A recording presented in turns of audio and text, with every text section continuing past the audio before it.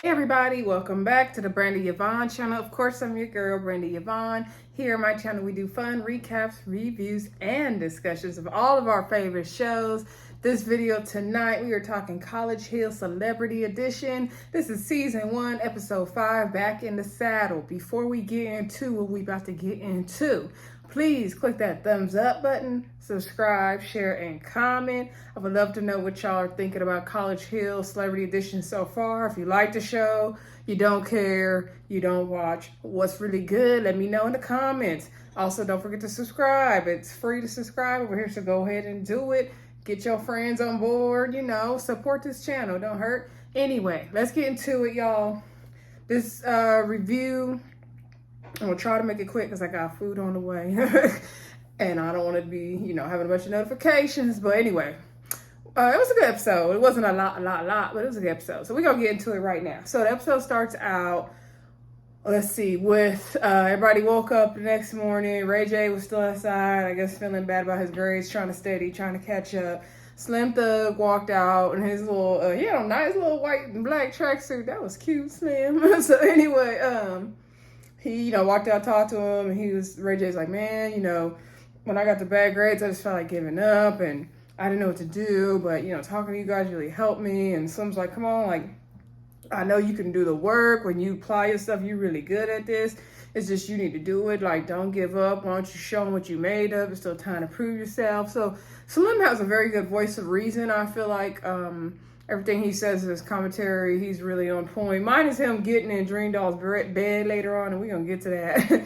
So anyway, so the gang, they get all ready. They go to school, and it's like the third week, I believe they said. And so they meet with their advisors first. The advisors ask them, have they been putting in all the work they can? Have they been giving 100% like that? And Slim says, no, we feel like we could do more. Big Frida was even saying she, not only Ray J needs to step it up, but they all need to step it up. Like, she understands, Big Frida says she understands what Ray J is going through, but it's like 1 week he complained about his grade. 1 week he's like, oh, I need to buckle down and do better. No, Big Frida's impression of Ray J in that scene was hilarious. And then the next week he's like, F school, F this grade. I'm like, that is Ray J spot on. So anyway, Ray J feel like he tells them he needs more time to get together. They say this is the advisor, the lady told him this is the time to buckle down, put up or shut up. So this week they're starting their introduction to law class. So they're going to actually be in a postgraduate program. They're going to be doing like a first class of law school at the Thurgood Marshall School of Law. Shout out to them. I got to go visit there because my friend used to go to that law school before she transferred to the University of Houston. So shout out to Houston. I should actually be in Houston in October, and then probably again in May. So I look forward. I love Houston. It's like home away from home for me. I've been several times, so I can't wait to get back out there. So anyway, so the gang immediately has to go to Professor April Watts' class, I believe, or April Walker. I think her name was April Walker. April Watts. Apple. Oh my God, April. I thought of Apple Watts, and sorry y'all. So April Walker's class, okay, and she's a judge, and so they came in, they street clothes on, short skirts. I'm like, Dream in India, what is y'all wearing to class? So anyway, you can see the rest of the class was dressed because they knew better. They had on their professional clothes, like. They'll be playing at the HBCUs, I'm already knowing. So, Big Frida's like, yeah, we came in here not dressed right. You could tell. He's like, we looking like the defendants over there. They looking like the prosecution. So then one of the students came and told them, like, look, Professor Walker, when she come in, you all got to rise. When she asks you to speak, you got to stand up. And then Ray J was like, well, when do I sit down? She was like, she'll let you know when to sit down. Like, Professor Walker don't play, so y'all better have it together. So Big Frida's like, oh yeah, she's not gonna be taking the back talking, the excuses. She's not gonna be taking none of their shenanigans, and she not. So anyway, then we see, oh, I left my fan on, y'all. Sorry. Hopefully it's not a bother. So anyway, and I'll be getting hot, so that's that. Anyway. So Professor Walker came in. Everybody stood up. Dream Doll, I think, was too busy taking a selfie. She was like the last one to stand up. I thought she was going to get cursed out by the professor. Okay, Professor Walker, I didn't go to HBCU. I went to a PWT, predominantly white, or PWU, predominantly white university. However, I minored in African American studies, so I had a lot of the African American professors and for those classes, and they did not play. You couldn't cut a class. If you 15 minutes late to class, you don't even show up. Like, they was not playing on every single end, not playing. So, and it's because they wanted, the best from us. We're at this school, like they wanted us to show up and show out. So I already know the HBCUs is no different. So Professor Walker, she was not playing. She, told them what the class is about, and she said, "You're gonna come to my class dressed appropriately, like don't be playing no games." And then she asked about their Fourth Amendment rights. So Ray J started shouting out the answer. I'm like, why would you even do that? Like, raise your hand. And so then she was like, "Oh, excuse me, Mr. Norwood, we don't shout out in here. We don't shout out." And so then he was like, "Oh, sorry." And then she was like, "You need to stand up." And so then he stood up and he started fooling with the chair. I was like, "What did you do, Ray J?" So then his cigarettes, I guess, was coming out his pocket. So, because she's like, "Mr. Norwood, put your cigarettes back in your pocket. Put them back in your pocket." So then he was trying to get some answer. He was like, "Because it protects you from probable cause." And then she was like, "Sit down, Mr. Norwood." She was done with him. So then she had Mrs. Robinson stand up. That was India. And then India was like, "Oh my God." Like, my stomach went down to my ass. Like, I was not ready for this. She was going to be calling out people. Like, no. Oh, Westbrook. I think that's her name. Last name was Westbrook, not Robinson. So anyway, so then she's like, "I don't really know much about this kind of thing." I'm like, "Girl, you could have tried." So then she's like, "All that training and, self-work I did last week just went out the window." I'm like, "Oh." She just needs to learn how to, like, apply it in those situations and not, like, step back or shrink back in herself. But I get it, because I go through those moments too. So, like, when you be like getting yourself hyped up and then when the moment comes, you don't be there. So I get it, but it's like, come on, India, at least say something. Shoot, I'll be ready to present class, so I'll just fake it till I make it. So anyway, so then she told them they were going to be doing like a kind of like a mock trial. Basically, they were going to be doing a case. I think it was called, was it Teddy or Freddie, or the state versus Teddy, something like that. Basically, it's about something we all know about a cop, shooting a black kid, a black teenager. And so they're like, "Well, who won the case? Who won the case?" She's like, "You're not going to find out." And they're like, "We're going to decide." They're going to have a real jury. They're going to be split up into teams. They're going to really have different parts. They're going to have to act out the case. And they're like, "Dang," like, and then Lamar's over there complaining. He's like, "Dang," because he's like, "I don't want to do this. Like, I don't want to have to defend a crooked cop. Like, oh my God, I want to do this." And she's like, "Mr. Oldham, are you clear on the instructions?" And he's like, "Yeah." And so then she let them know, like, "You better come suited and booted in my class. Like, ladies, be appropriate. Men, dress." She said, "Dress appropriately." That's how she said it. So then Ray J was like, "Oh, you want like a tie? You want this and that?" She's like, "Mr. Norwood, yes." And then he was like, "Okay." And then she was like, "Why do you think criminals need to come to court looking appropriate?" And he said, "Because then they won't be judged like so harshly as a criminal." She's like, "Exactly." And then he's like, "Okay, you put it that way. Like, I get it. Like, of course." And Ray J said, like, if you in the orange jumpsuit, they're gonna be seeing you as a criminal, and then you don't want your lawyer looking, like he just came off the street. So of course. So anyway, then the gang all gets home. They're working on the case. So Nene was not there. Okay, remember, Nene, you had to go back to Atlanta and handle some stuff. And we're going to get to Nene. So the prosecution side is Lamar and India. They're prosecuting attorneys. And their witness is Slim. And then on the defendant side, we have Ray J and Frida, which I think are perfect choices for that. And they're defending the cop, who is played by Dream Doll, and Nene is their witness. So they're reading over the case, trying to figure it out, and they're like, "Oh my gosh," like, excuse me, guys.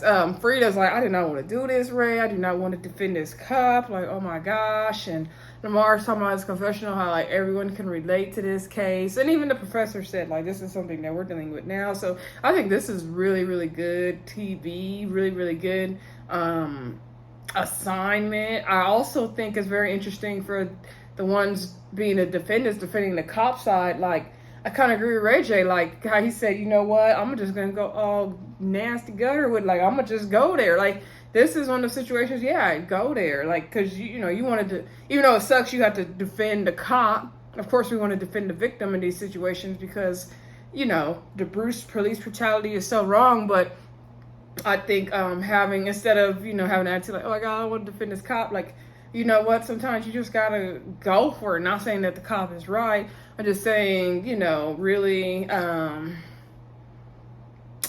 just broaden your, you know, your mind and your experience. So I kind of like Ray J's attitude in this assignment. So anyway, they're reading it over.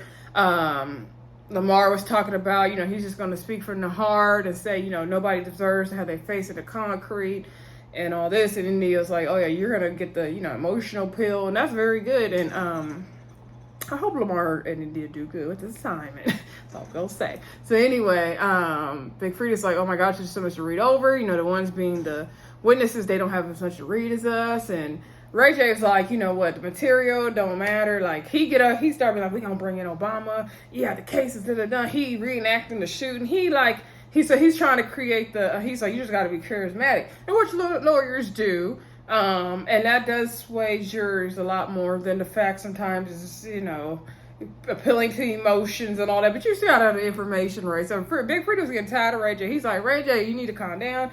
You need to sit down. Like, you need to learn this material. Because Ray J was just wanting Big Frida to read it all. Hold on. Sorry, y'all. My food came, so I'm really about to wrap this review up. So anyway, where was we at? So they was getting ready. You know, they practicing for my trial. Ray J was trying to have Big Frida just get all the information and read the whole thick old case. Because the cases are thick.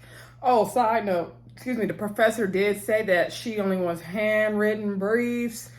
Excuse me, no cell phone electronics of any kind in class. If she sees it, she will confiscate it. So, like I said, Professor Walker is not playing. And I was like, dang, handwritten briefs, that's horrible. Like, they can't type them up on a Word document, Professor, dang. So anyway, I used to have to hate when we would have to take exams or write our essays all out on the blue book. Ugh, I did not miss the undergrad days. So anyway, so Big Freedom's like, nah, like, I'm not about to just read all this. And then Ray J was like, okay, well, when you want to have read by like the morning, like we both have the information. They're like, yeah, everybody needs to read it because Big Freedom's thing is the teacher, the professor, the judge, she gonna be asking you specific things about the case, and you got to know the answer. And that's real talk. When you're presenting, especially at the graduate level, do not go up there and not have your information. Trust me. Trust me, do not ever do a presentation and not having your information together. They will get you together and that grade will suffer. So anyway, then we see everybody hanging out together just shooting pool. And they somehow, it was Ray J, Dream Doll, and Big Frida. And, you know, Dream Doll says she appreciates having Big Frida in the house. She's not really want to open up, but she, you know, can talk to Big Frida and everybody, you know, some of the housemates about her problems. And so she was saying, like, you know, how do you think it can affect you with your mom and dad not in the house? And Ray J saying, you know, it could be good and bad things happening there. And so Dream Doll was sharing how her dad was in prison since she was 3. She had said earlier that being in the courtroom was familiar for her because her dad, you know, went to trial when she was like 3 years old. She remember sitting in the courtroom and he never came back to those doors. I think she said he had like good 20, 25 more years to do. I'm like, oh my gosh. I don't remember if she said what he did or not, but anyway, she said now she feels like the relationship with him is all about Dream Doll, not, you know, her as her, I forgot her real name. Was it, I forgot her real name. Anyway, not the real her, just about Dream Doll, like, oh, what car you buying your mom? What are you doing for this for your mom? Making GoFundMe's money and all this stuff. And she's like, no, like my mom, like, cause she does all this stuff for her mom. She's like, her mom deserves the support. She went to school if it wasn't for her mom. She went to pursue her dreams if it wasn't for her mom. Her mom sacrificed for her and her siblings. She poured everything into her kids. So she's like, nah, you know. And so now she feels like her and her dad's relationship is kind of strained and it's not the same. And I totally can understand where Dream Doll is coming from. Not exactly in that same situation, but I get some, you know, I have similar things happen, so I get it. So anyway, or similar dynamics with parents, I should say. So anywho, Big Frida said, you know, it was hard growing up because her mom and her mom and stepdad would always break up. So like, so her Big Frida's mom would move out on the stepdad and take the kids, but then they would get back together and kind of pushing and pulling the kids. And Big Frida felt like the stepdad was always nicer to her brother and sister than her because he was the gay one. And so his mom would go toe to toe for him, fight for him, always stand up for him. And Big Frida started to cry and break down. I just felt so bad for him. I really did. And so Big Frida said, but after his mom died, he and his stepdad kind of mended fences, and now they're closer than ever. And see, I remember seeing that on Big Frida's show when his mom did die. So I'm glad that they were able to work that out. When Big Frida cried, I wanted to cry. I was like, I cannot handle Big Frida crying. So anyway, then Nene came back. So Nene had went to Atlanta for a couple of days. She had to go tend to her business. She has the like a club or lounge or something in Atlanta. And then she started talking about when Greg died. Greg had passed away recently. I don't know how close to them filming and Greg passing away this was, but I'm thinking it wasn't that big of a difference. She said it hadn't even been a year since he died, and it still hasn't in real time. So I imagine it wasn't that much long ago she started filming this show. So she was talking about how everybody gave her stuff, and she just wanted Greg back. And my heart broke for Nene as well in this scene. And she said it was really hard to deal with a loss. And, Big Frida said he can definitely relate. He lost his mom, his brother, his uncle, so he can relate. And she said, she had to, when Greg died, she lost a piece of her died. And you could tell that. Nene and Greg were like a package deal. So say what you want or hate on Nene if you want to, but Greg was like such a sweet man. Anyway, so I feel bad for Nene for that. And I'm a Nene fan, so anyway,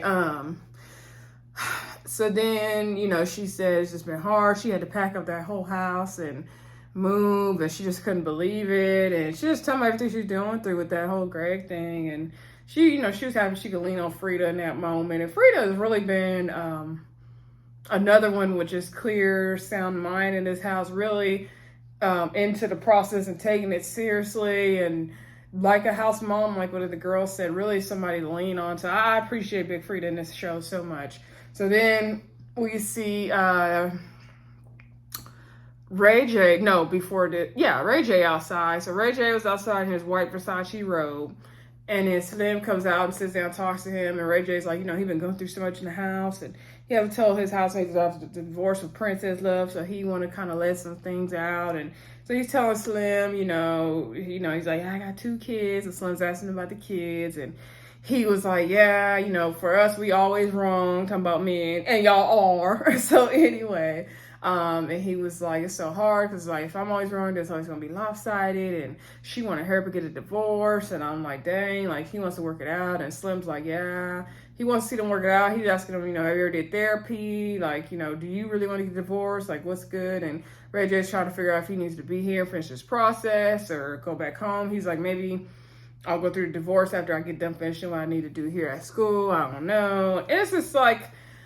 Ray J feels like Princess is not really, giving him whatever he wants. And it's like, Ray J, you put Princess through hell. Like, we watched it for how many years on Love and Hip Hop Hollywood and whatever other shows you've been on. Like, Princess is tired of the bull. Now, you did marry it, though, Princess. But still, Princess is tired of it, Ray J. So, if he said he did just want peace and happiness for him, peace and happiness for her. And if a divorce means peace and happiness, then just do it. I know it hurts to break up the family, but, that's probably what's going to be for the best. Then at the table, we see Big Frida and Dream and India talking, and Dream was complaining about some guy in her DMs that didn't hit her back since Valentine's Day. And Big Frida's like, oh, girl, bye. Like, that's just a groupie. Like, forget them. And then Dream shares how she's very guarded with love. She doesn't trust a lot of men. She doesn't let her guard down. She's damaged. She's been hurt. And she, doesn't feel like men, the men she's around at least, are not willing to, be in serious relationships. And I'm like, girl, you preaching to the choir. We ain't even in the rap, superstar, love and hip hop life when we out here struggling in the regular 9 to 5. So,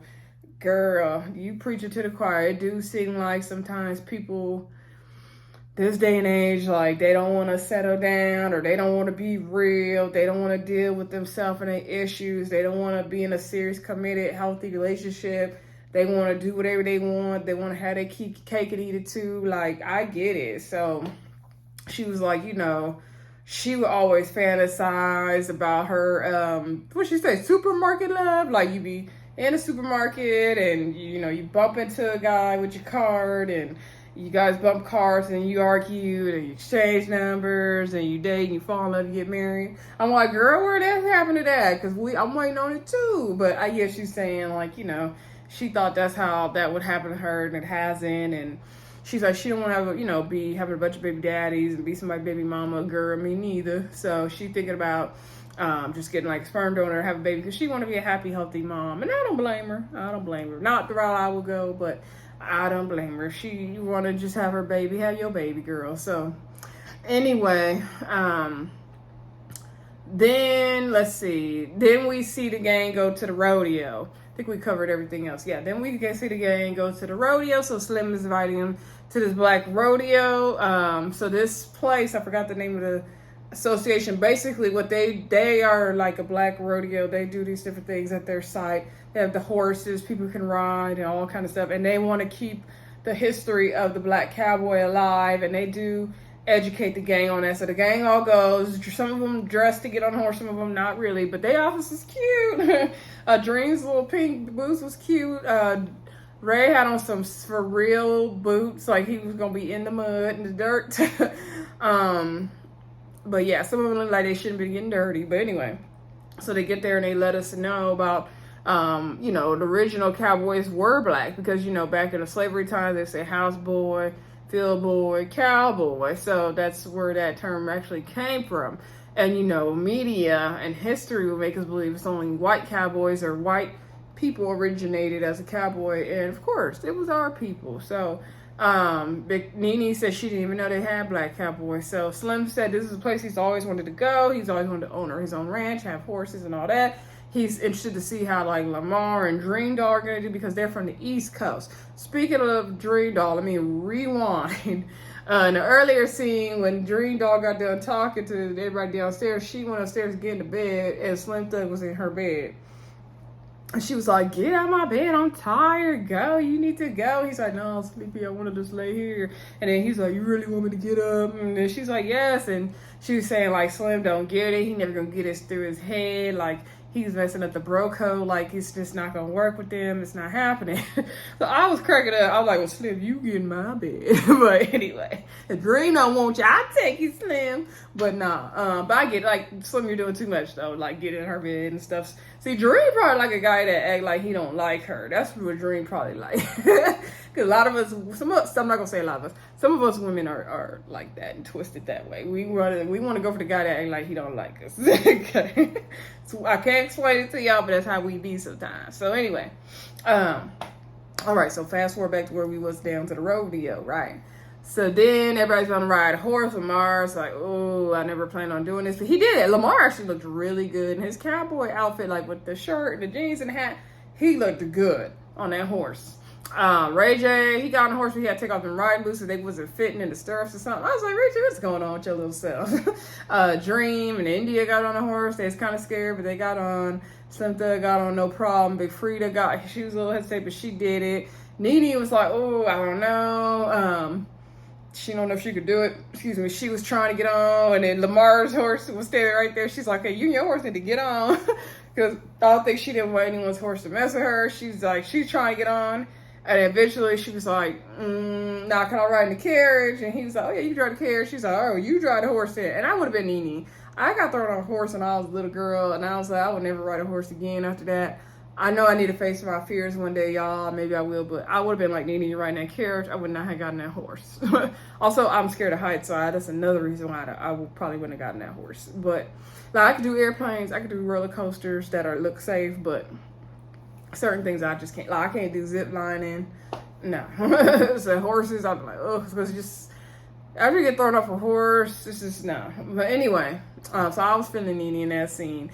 Dream yelling at the man. Ray J talking about catching the Holy Spirit and drinking moonshine. So Big Frida was like, yeah, this bunch is crazy. He said, Dream was like, what's our group name gonna be? He was like, what did he say? A lot to handle, or is that what they were called? A lot to deal. What was they called? A lot to handle? I forgot. Y'all drop it down in the comments. But anyway, he said, you know, there was just a lot to deal with. So anyway, they rode the little horse. They rode the horses, and then they had to get off and then go to where the hoedown was. So they playing all the music, and it's very southern, you know. And everyone was dancing. I don't know what dancing they were doing and the what music. Dream looked like she was crick walking and doing some other little shuffling. We see Big Frida, India, and Dream twerking. Everyone's having a good time dancing. Again, I don't know what music they was dancing to. Ray J was catching the Holy Spirit. Okay, then he brought out the table full of crawfish. I was like, dang, I wish I was there. So, you know, Big Frida said nothing wrong with eating a little head, second little tail. Oh, that was funny. So anyway, everybody's having a good time, dancing and eating. We see Slim and Dream dancing together, Lamar dance. Everybody having a good time. And then Ray J, he started shouting. He started praising the Lord. Now, I didn't hear them playing gospel music, but maybe they was. I don't know. But he started shouting. He started praising the Lord. He started going off. He went down in the field, started praising the Lord. He's like, God, help me. Give me a sign. God, I can't take no more. So it was just like, you know, everything was rising to the top for him. Slim was like, you know, to be fair, Ray J's been going through a lot with school and the grades and his divorce and all that. So I understand what he going through. And then Big Frida and Nene looking at Ray J down in the field like what this Negro doing over there? So then Nene and her question was like, you know, I know Ray J been going through a lot. Like, trust me, I get death in the family. I get divorce. Like, I've been through divorce, so you're gonna feel a bunch of different emotions. And so I think they kind of got a little embarrassed. Big Frida's like, we was having fun over here, but you know, we need to get Ray J out of here. And you could tell they was like, oh, child, like, what is going on? And I was like, was Ray J for real? Like, no, don't get me wrong, y'all. I feel bad everything Ray J went through, loss of family, divorce is serious. I don't feel too bad for him and Princess Love with this divorce because they've been saying that since 11 Hit 5 Days. Like, how long have they been getting divorced and playing with us about this divorce on social media? So we really don't care, Ray J, but like, we understand you going through it too. So anyway, your grades, that's on you. You gotta go to class. Like, that's what it is. Like, yeah, people are expected to go to class even though they have deaths in their family. Like, sorry. Or at least communicate with the professor. Like, students who are really in the situation, they don't have you know, a big celebrity career and businesses already going on for themselves. Like, they really have to still go on even though they have horrible things happening in their life. And Ray J did make a good point at the top of the episode, y'all, when he said, like, it's just hard living this, you know, disciplined school life when he already owns businesses and used to doing his own thing, which I get it. That's the point of this experiment, is to see if these celebrities can put their ego, what their bossness aside, you know, their boss things they already got going on, and be disciplined enough to do school. It takes discipline to do school for sure. But that's what this experiment is about. So the people who are living school life, real life every day, they gotta be disciplined, trust me. So anyway, you know, they riding back home in the van, and Ray J's telling all the girls in the van about how, you know, it feel like Princess Love not even trying to fight for the divorce, and this is everything he going through. And I'm like, Ray J, Princess probably tired. Anyway, so he complaining, and then they get back to the house. He packed his bags. He said he's gonna leave. He felt like he was gonna be with his family a couple days, but he's gonna come back. They see all his suitcases. His stuff was not even packed. Like, he had some of his clothes sticking out on the side, the top of the suitcase. I was like, what is going on? Like, if you don't fold that stuff and put it away right. So then they was like, Dream was like, you got too many bags out. Like, what you doing? And they was like, oh, we hope he comes back. He said he's coming back. They showed a preview. He gonna run back into the mock trial, I guess, at the end. So we're gonna see what happens. Like I said, let me know what y'all thought of this episode and this video, and I'll talk to y'all soon. Bye.